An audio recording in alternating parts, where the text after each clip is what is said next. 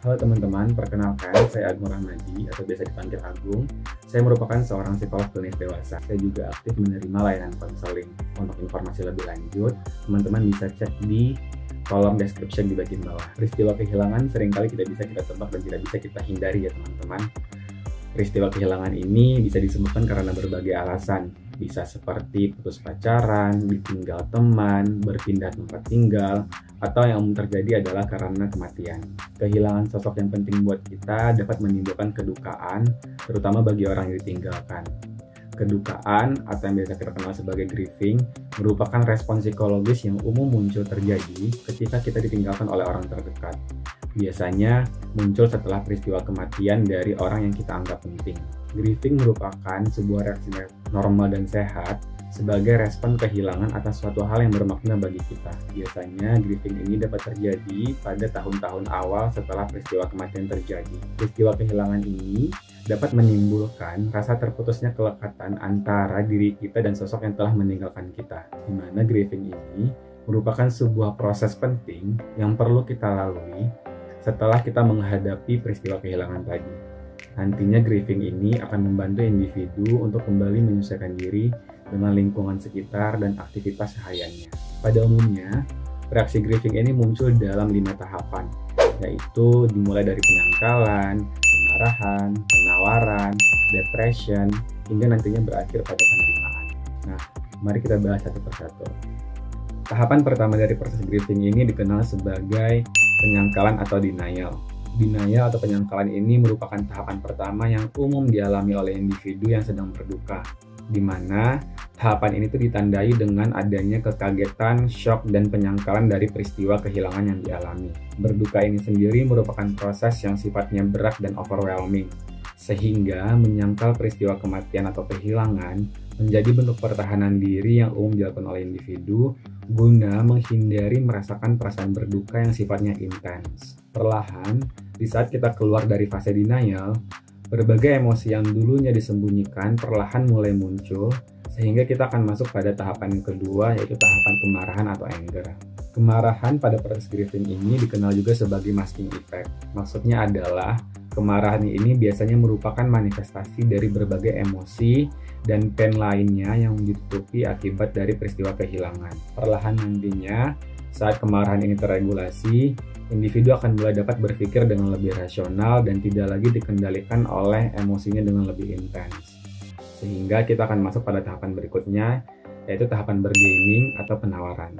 Saat berduka, individu merasakan perasaan vulnerable atau tidak berdaya. Sehingga pada tahapan ini, individu mulai kembali untuk mendapatkan kontrol mereka melalui proses bargaining. Tahapan ini ditandai dengan munculnya berbagai pertanyaan-pertanyaan what if atau andai saja di kepala kita. Seperti contohnya, andai saja saya masih diberi kesempatan. Kalau aja saya masih bisa ketemu, saya akan melakukan apa? Dan berbagai jenis pernyataan what if lainnya di kepala kita. Setelah tahapan bargaining ini terjadi, maka individu akan masuk kepada tahapan berikutnya, yaitu depression. Tahapan ini dikenal sebagai tahap tenang dari proses berduka atau quiet stage of grief. Perlahan pada tahapan ini, individu akan mulai kembali untuk menghadapi dan menjalani kembali kehidupannya setelah menghadapi proses kehilangan. Tahapan depression ini merupakan tahapan yang sangat berat bagi individu, di mana pada tahapan ini individu merasakan perasaan tidak bertenaga, terbebani, kebingungan, bahkan tidak jarang individu memutuskan untuk mengisolasi dirinya dari lingkungan sekitar. Seringkali pada proses grieving ini, individu merasakan perasaan seperti terjebak, stuck, dan tidak bisa keluar dari perasaan berduka yang sifatnya intens ini. Lalu berikutnya akan masuk pada tahapan yang terakhir, yaitu tahapan penerimaan atau acceptance. Pada tahapan ini, individu dapat mulai belajar menerima terjadinya proses kehilangan dan memahami bahwa akan banyak sekali perubahan yang akan ia alami setelah kehilangan ini. Penerimaan pada proses ini bukan berarti individu bisa kembali merasakan kebahagiaan atau perasaan yang senang. Akan tetapi, individu mungkin saja masih bisa merasakan perasaan sedih dan tidak menyenangkan. But it's okay for them. Walaupun sebelumnya telah dijelaskan bahwa grieving akan dilalui melalui 5 tahapan ini, tapi sangat memungkinkan jika individu mengalami pola tertentu yang sifatnya tidak linear sesuai dengan urutan tadi dijelaskan. Karena proses grieving ini merupakan proses yang unik bagi setiap individu yang mengalaminya.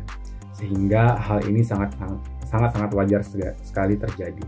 Lalu, hal apa yang bisa dilakukan saat sedang berduka? Hal yang pertama yang perlu kita lakukan adalah menyadari emosi dan pain yang kita alami.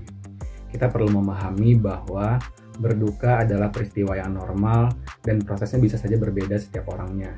Dengan menyadari hal tersebut, kita akan mulai belajar bagaimana untuk kembali beradaptasi pada lingkungan kita dan bagaimana kita bisa kembali aktif melakukan aktivitas yang sebelumnya kita lakukan. Berikutnya, kita perlu tetap mengupayakan untuk memperhatikan diri kita, baik secara fisik terutama dengan menjaga asupan makanan, pola tidur, dan aktivitas-aktivitas fisik seperti olahraga supaya kita tetap bisa menjaga kesehatan kita terlebih dahulu saat kita sedang berproses dalam grieving ini. Lalu yang berikutnya, kita perlu untuk mencari dukungan dari orang-orang terdekat yang kita percayai. Seringkali pada saat grieving ini terjadi, kita memiliki dorongan untuk menjadi orang yang kuat. Tapi, kita juga perlu memahami bahwa kadangkala menjadi kuat itu juga ditandai dengan memberanikan diri meminta bantuan dari orang terdekat kita, terutama saat kita mengalami kondisi sulit seperti grieving yang kita alami. Lalu yang berikutnya, untuk beberapa orang, mungkin saja mereka bisa merasakan lebih nyaman dengan kembali pada hal-hal yang mereka yakini dan dianjurkan pada keyakinan mereka, seperti melakukan aktivitas ritual keagamaan atau ibadah untuk kembali mendapatkan rasa nyaman pada saat mereka mengalami proses grieving ini. Nah, jika memang proses kedukaan yang kamu alami dirasa sudah berdampak pada berbagai aktivitas sehari-hari, seperti dalam sekolah, dalam bekerja, dalam belajar, yang mana hal ini membuat kamu tidak mampu untuk menyelesaikan tanggung jawab atau tugas dengan baik, atau sudah mengganggu relasi kamu, terutama dalam periode waktu yang cukup panjang, maka kamu perlu consider untuk bisa bertemu dengan profesional kesehatan mental. Di mana dengan bertemu dengan profesional kesehatan mental ini, kamu mungkin bisa mendiskusikan semua hal yang kamu rasakan pada saat kamu mengalami grieving ini. Meskipun sebenarnya kita bisa tetap bertemu dengan tenaga kesehatan mental seperti psikolog ataupun psikiater sekalipun kita belum memunculkan berbagai permasalahan signifikan supaya kita bisa mencegah terjadinya permasalahan yang mungkin lebih besar nantinya. Oke, terima kasih teman-teman telah mendengarkan penjelasan mengenai grieving. Memang grieving merupakan proses yang berat, namun perlu kita lalui agar kita dapat kembali menjalankan aktivitas kita seperti sebelum saat peristiwa kehilangan terjadi. Jika dibutuhkan, jangan ragu untuk meminta bantuan. Semoga membantu dan sampai jumpa pada video-video berikutnya. Terima kasih.